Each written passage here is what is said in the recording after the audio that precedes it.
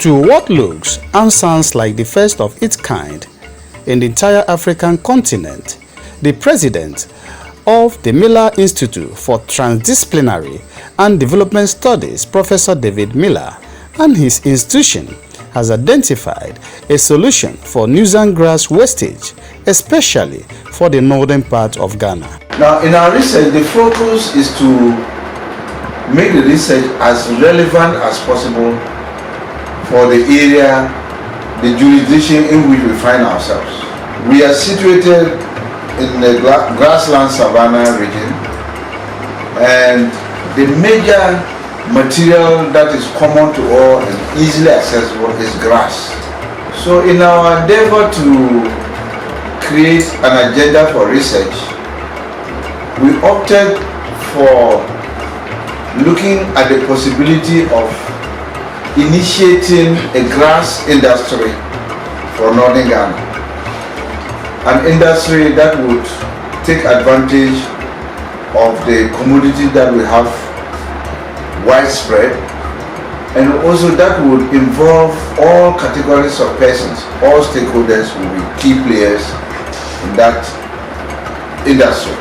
Something that is well regarded by citizens as a nuisance waste will soon become an essential commodity, and this is because Professor David Millar, through research, has identified that the grass we normally describe as nuisance waste could serve as a life changer to citizens in most communities across the country and the world at large.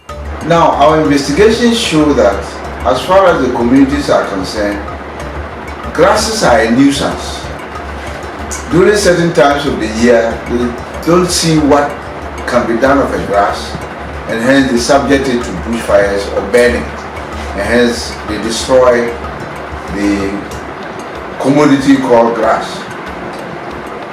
And as scientists, we said, wait a minute, if we are able to look at this so-called nuisance and transform it into an essential commodity, won't it come along with a management regime that would help prevent the annual ritual of burning the grasses?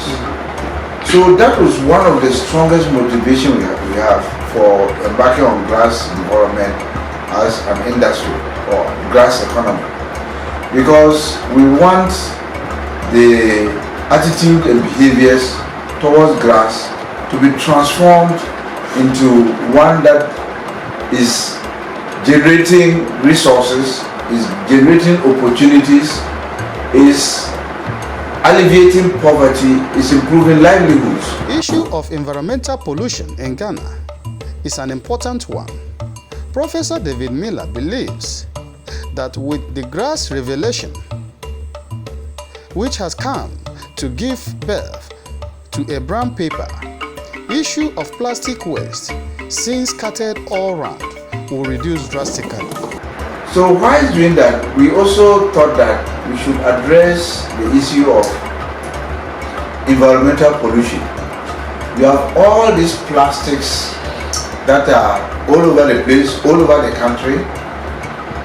We appear not to have any solution towards dealing with the menace of plastics.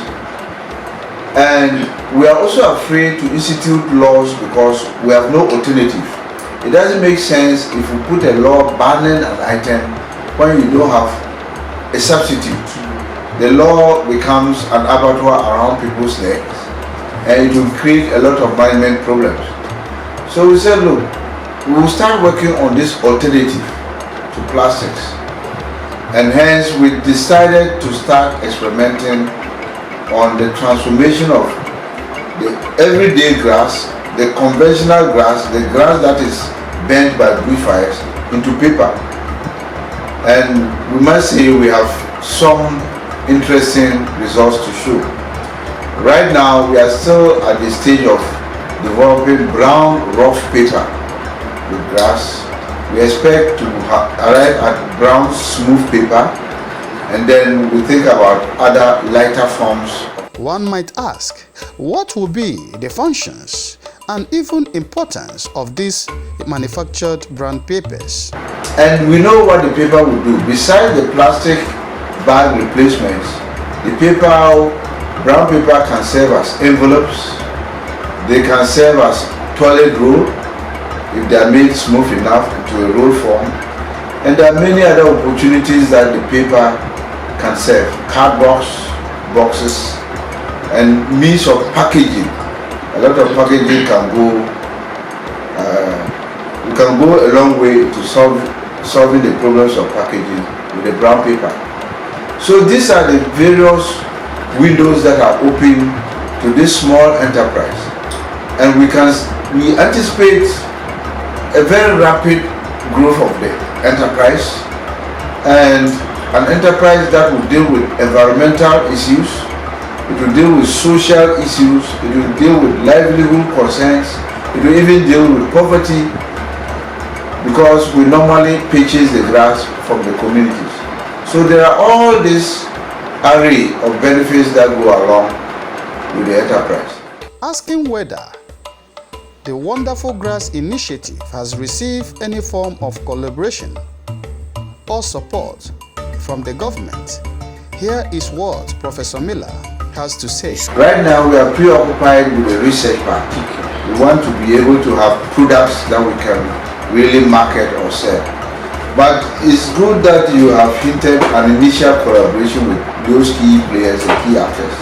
We haven't had the opportunity to dialogue with them, and we are seizing every opportunity, including the press, to make this known.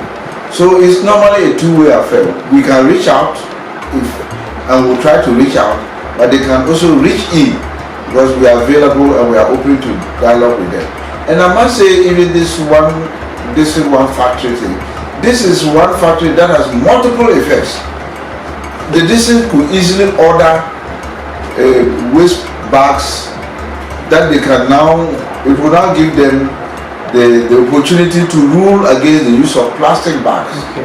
District Assembly bylaws can now say no more plastic bags, because we now have paper bags in the market. So it's a good point you have raised. We haven't reached out to them yet, but we hope from the sharing of information and the experience we'll get to that level.